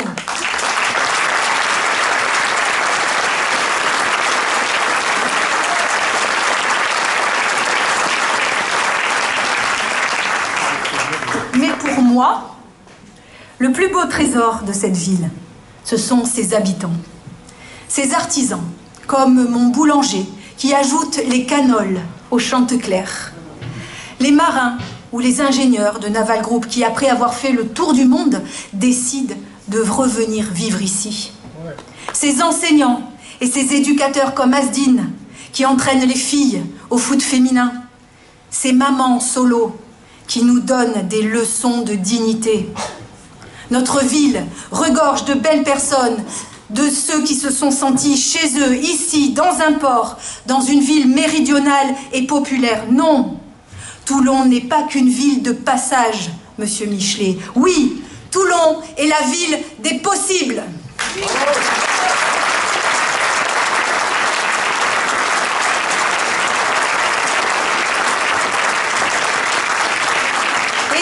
Cela que nous portons à Toulon en commun. Nous savons que ce qui nous rassemble est plus fort que ce qui nous sépare. À Toulon en commun, nous voulons faire avec vous et non pas à votre place. Nous voulons faire cohésion sans perdre la richesse de notre diversité. Rappelons-nous de ce que disait André Netton, le regretté directeur du théâtre du Comédia. Il disait « Il n'y a pas de population pure. Il n'y a que de belles rencontres. » Oui, Toulon est la ville des belles rencontres, pas celle du repli ou du retour vers un passé traditionnaliste qui n'est que fantasme et récupération.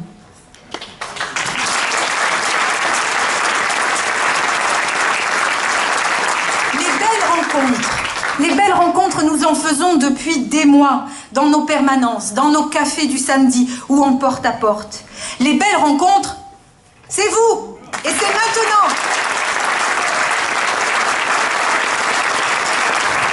Les belles rencontres, ce sont eux, mes amis, qui m'entourent ce soir.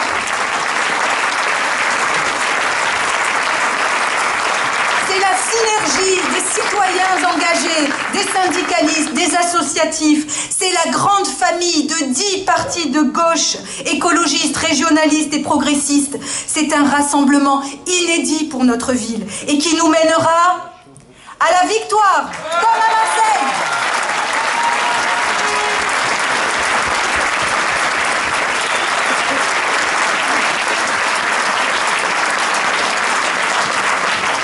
Nous sommes des hommes et des femmes de terrain. Nous vivons le même quotidien. Nous râlons dans les retours de la Seine, où le tunnel ne fonctionne que sur une voie. Vous aussi, vous râlez. Nous nous attristons en voyant s'étioler le marché du Pont du Las ou celui du cours Lafayette. Nous courons pour attraper les enfants à la sortie de l'école et nous râlons encore. Ça doit être un petit peu toulonnais quand il n'y a plus de bus à l'heure du dernier train. Ce quotidien, nous devons l'améliorer. Parce que ce n'est pas une fatalité de perdre 64 heures par an dans les embouteillages. Parce que ce n'est pas la faute de la mer ou des montagnes si notre ville ne dispose toujours pas d'un transport en commun digne de ce siècle. Parce qu'on ne peut pas laisser dire qu'il n'y a plus aucun mètre carré pour construire du logement social. Et parce que la vie culturelle ne se limite pas au seul cœur de ville.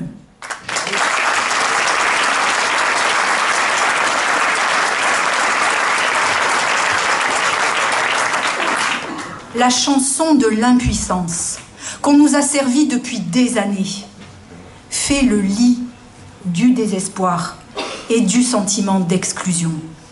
Et nous lui opposons l'intelligence collective, l'énergie du concret et la force de nos 4 valeurs cardinales: justice sociale, solidarité, protection de l'environnement, démocratie participative.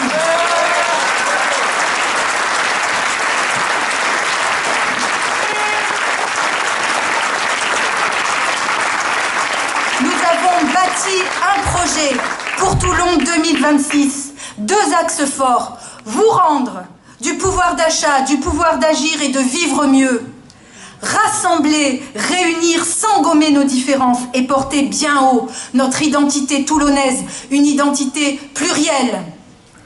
Il est temps, oui, il est temps de tourner la page d'une gestion figée dans le siècle dernier, au pouvoir tenu par un seul, au service d'une caste. Ensemble, nous écrivons la page d'une ville du XXIe siècle, ouverte et fraternelle.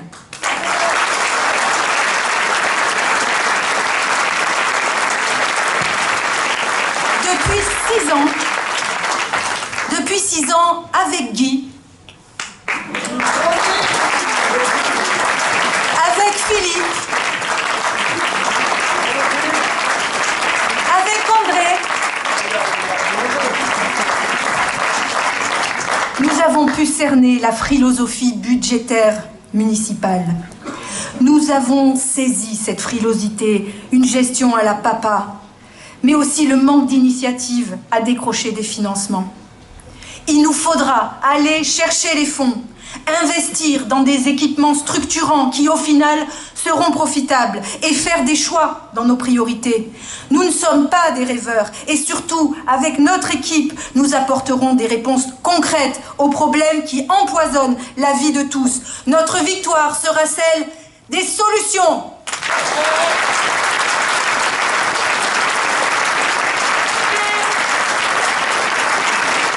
Parcourons notre programme. Quelques premiers éléments pour régler ces problèmes. Celui de la mobilité tout d'abord. Comment accepter que Madame Lévy, ex-première adjointe, parle elle-même d'un dossier en panne? Nous ferons le tramway, le dossier travaillé par Patrick et Joris. Et nous le ferons non pas par caprice, ou par esprit de contradiction, ou par idéologie. Nous le ferons par réalisme, parce qu'il est la solution la plus adaptée à l'étroitesse de nos rues, parce qu'il est 3 fois plus efficace pour les voyageurs, mais aussi plus écologique, plus inclusif et finalement plus économique que le superbus. Et son emprise au sol, moins importante, nous permettra de dessiner un vrai plan vélo et piéton. Et nous irons progressivement vers la gratuité, comme à Montpellier, Dunkerque, Strasbourg et Niort.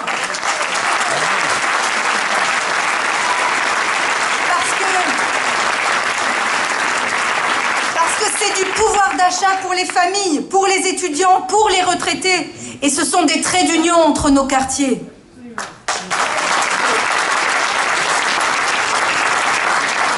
L'autre problème des Toulonnais et des Toulonnaises, vous le savez bien, c'est se loger.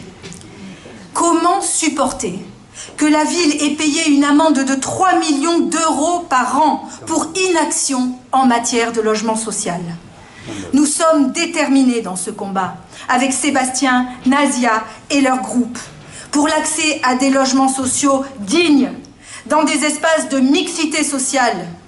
Nous lutterons contre le logement dégradé par le permis de louer et nous combattrons la spéculation immobilière en encadrant les loyers et en redonnant, là encore, du pouvoir d'achat aux familles.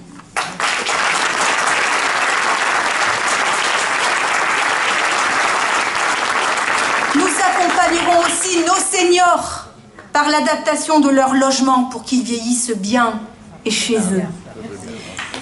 Vous pouvez compter sur ma détermination. Je m'engage à la mobilisation générale sur le logement.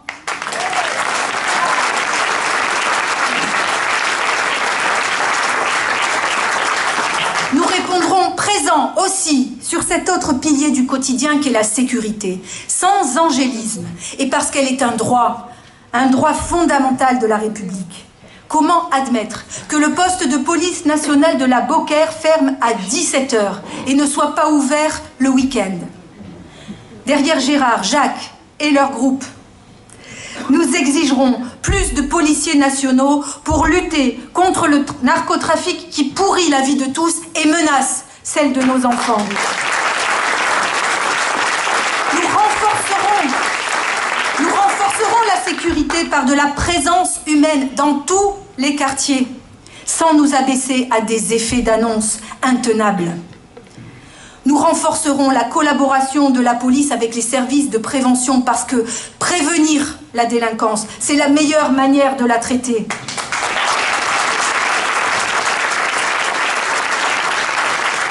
Mais pas d'impunité, fermeté juste et républicaine, et transparence et exemplarité de tout élu, de tout représentant de l'autorité. Sécurité, éthique, transparence, c'est ce que nous devons à nos concitoyens.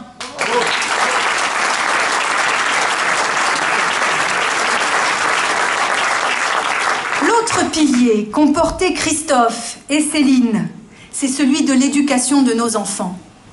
Repenser une carte scolaire qui permet aux élèves de se rencontrer dès le plus jeune âge et d'apprendre de leurs différences.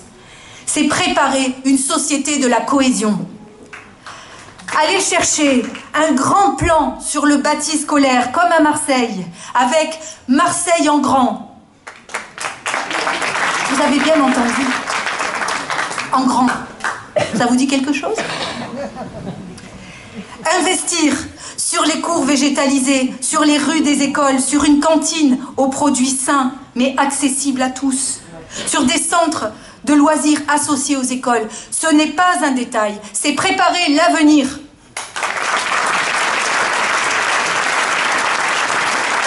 Et puis parier sur la jeunesse, comme l'ont pensé Cassim, Hugo et leur équipe, à travers des maisons où les jeunes deviennent créateurs de leur propre avenir. Leur donner la parole à travers un conseil des jeunes lié à un vrai budget. Créer un guichet autonomie jeunesse où ils trouvent les moyens de se soigner, de se cultiver, de faire du sport. Jeunes filles, jeunes gens de Toulon en commun, nous avons confiance en vous.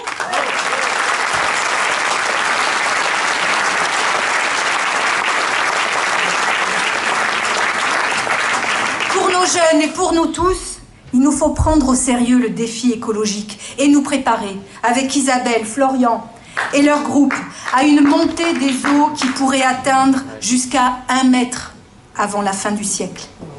Nous devons nous protéger des événements qui nous attendent, les canicules, les inondations, et nous en avons vécu ici à Toulon il y a à peine quelques semaines. Agir pour notre sécurité, c'est aussi cela, c'est agir pour notre sécurité énergétique, sanitaire et alimentaire. Savez-vous que l'indépendance alimentaire à Toulon n'est que de 2 jours? Nous savons la crise climatique à nos portes, mais si nous l'affrontons maintenant, ensemble, nous pourrons y faire face efficacement et pas dans la panique.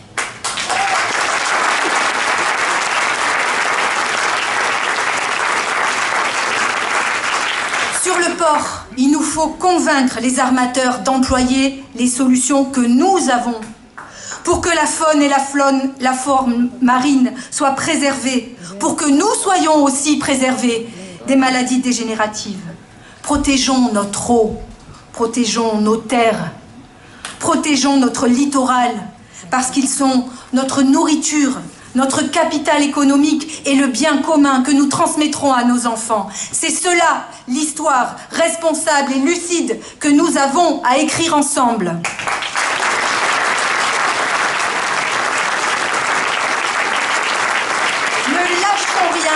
Ne lâchons rien non plus sur l'emploi, le travail et le développement économique qui accomplit et qui respecte les hommes et la nature. Avec Marie-Christine et Nicolas, soutenons l'entrepreneuriat responsable qui permet de s'émanciper et d'innover. Paul Maire, tourisme durable, défense et marine, ingénierie écologique, filière du design et de la mode, de la culture et de l'audiovisuel, projets associant innovation, savoir-faire traditionnel et matières premières locales. Tout est entre nos mains.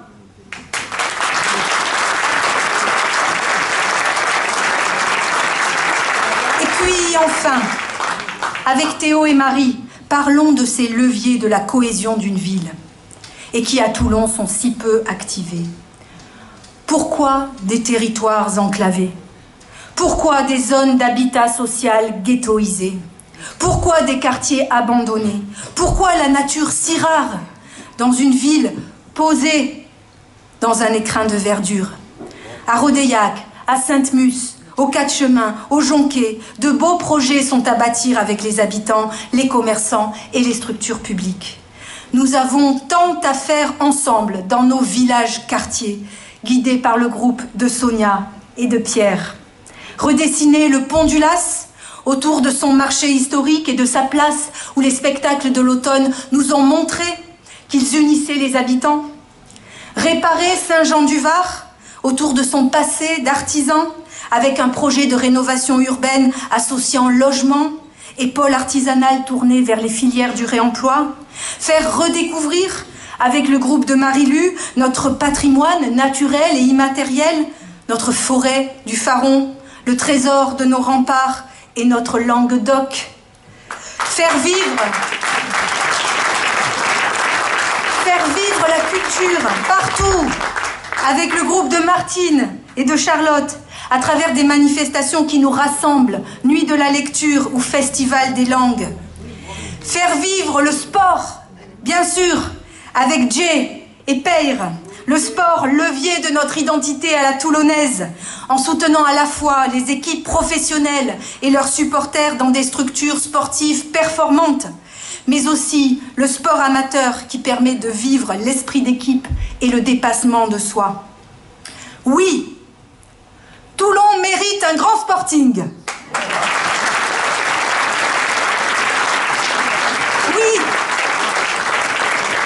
Oui, le RCT bat au cœur des Toulonnais. Et je n'oublie pas le hand, le futsal et les autres. Enfin, oublions le projet Pipadi, qui lui-même avait oublié les Toulonnais. Et proposons, avec Alexandre, Marie, Théo, un grand projet de réconciliation avec la mer qui est si peu visible aux habitants. Un projet façonnant un grand lieu de convivialité entre Port et Mayol. Un espace tourné vers notre histoire, mais aussi sur la création contemporaine et qui ancrera Toulon dans le XXIe siècle. Le projet Made in Toulon, Made, M-E-D.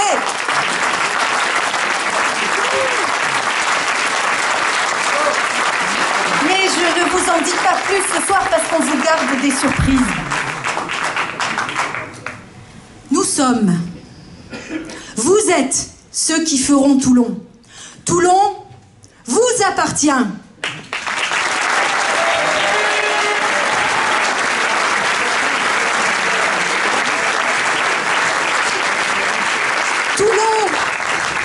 Toulon la provençale, ouverte vers la Méditerranée. Toulon l'audacieuse. Toulon la multiple et l'unie. C'est en commun que nous construirons notre ville. Et c'est en commun que le 22 mars au soir, nous irons à la mairie. Avec vous.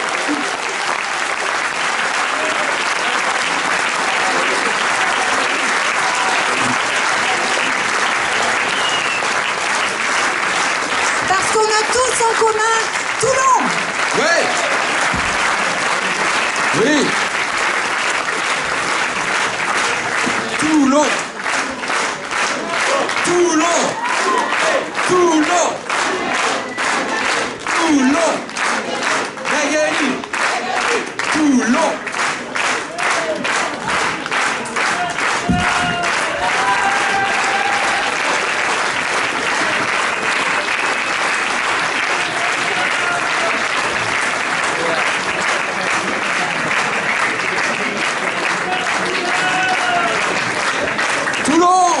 On a tous en commun Toulon.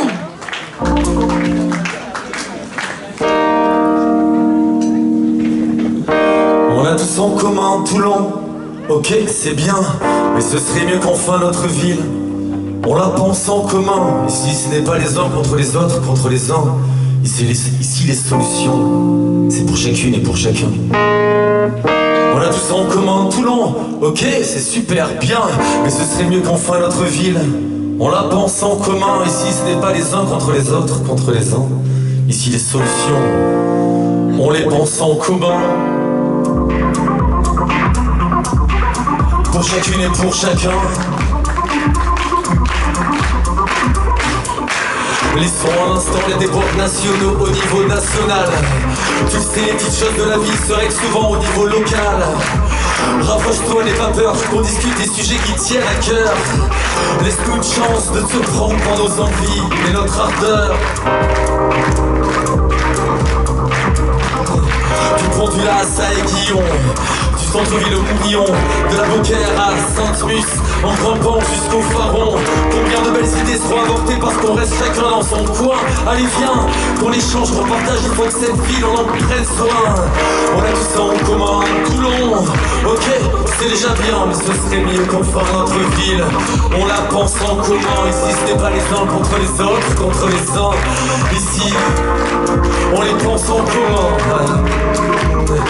On a tous en commun Toulon, parce que Toulon, c'est surtout une ville aux mille possibles. Au mille et un atout, devient celui ou celle qui propose, frappe à la porte, il y aura quelqu'un. C'est écrit en toutes lettres ici, avec Magali, c'est Toulon en commun.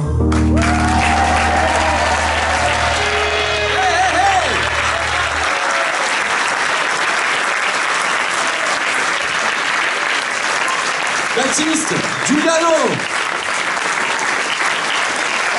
Merci. Bravo.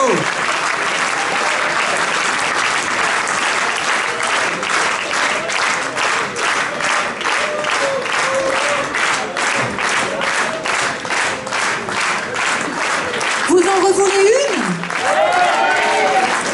Baptiste, puisque Toulon vous appartient, il faut suivre. Vous en revoulez une? La même mais en mieux? Si. Avec nous, hein? Ok. Elle a été écrite il y a pas longtemps.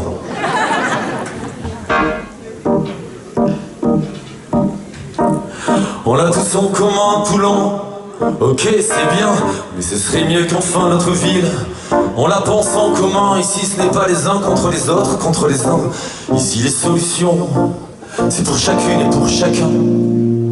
On a Toulon, On a tous en commun Toulon. Ok, c'est super bien, mais ce serait mieux qu'enfin notre ville on la pense en commun. Ici ce n'est pas les uns contre les autres, contre les uns. Ici les solutions, on les construit en commun. Ok. Laissons un instant l'un des points nationaux au niveau national. Tu sais, les petites choses de la vie se règlent surtout avec des actions locales. Rapproche-toi, les vapeurs, comme nous. Je vais la refaire, mais en fait, non, on peut taper dans les mains aussi. C'est vrai que j'entends pas beaucoup, vous êtes trop enthousiaste en fait. Ouais 1, 2, 3, 4. Laissons un instant les devoirs nationaux au niveau national. Tu sais, les petites choses de la vie se règlent surtout par des actions locales. Rapproche-toi les vapeurs, qu'on discute des sujets qui te tiennent à cœur. Laisse-nous une chance de surprendre par nos envies et notre ardeur. Du Condulas à Aiguillon, du centre-ville au Morillon, de la Beaucaire à Sainte-Mus en grimpant jusqu'au Faron. Combien de belles idées seront avortées parce qu'on reste chacun dans son coin. Allez viens, qu'on échange, qu'on partage, il faut que cette ville en prenne soin. On a tous en commun Toulon. Ok, c'est déjà bien, mais ce serait sûrement mieux qu'on la pense en commun. Ici ce n'est pas les uns contre les autres, contre les uns. Ici, les solutions, on les pense en commun. On a tous en commun Toulon, parce que Toulon c'est surtout une ville aux 1000 possibles. Au 1001 atout, devient celui ou celle qui propose. Frappe à la porte, il y aura quelqu'un. C'est écrit en toutes lettres, ici, c'est Toulon, en commun. Ouais, merci. Yeah. Merci, Baptiste, Giuliano. Et merci à vous toutes et vous tous. Merci d'avoir répondu présent, merci d'être ici, merci de rester avec nous encore. Parce que maintenant on va avoir un petit concert. Les Ritournelles, le Guinguette Hot Club. Et on va vous demander si vous voulez bien rester avec nous pour partager ce moment de festif, de joie avec les filles qui sont là.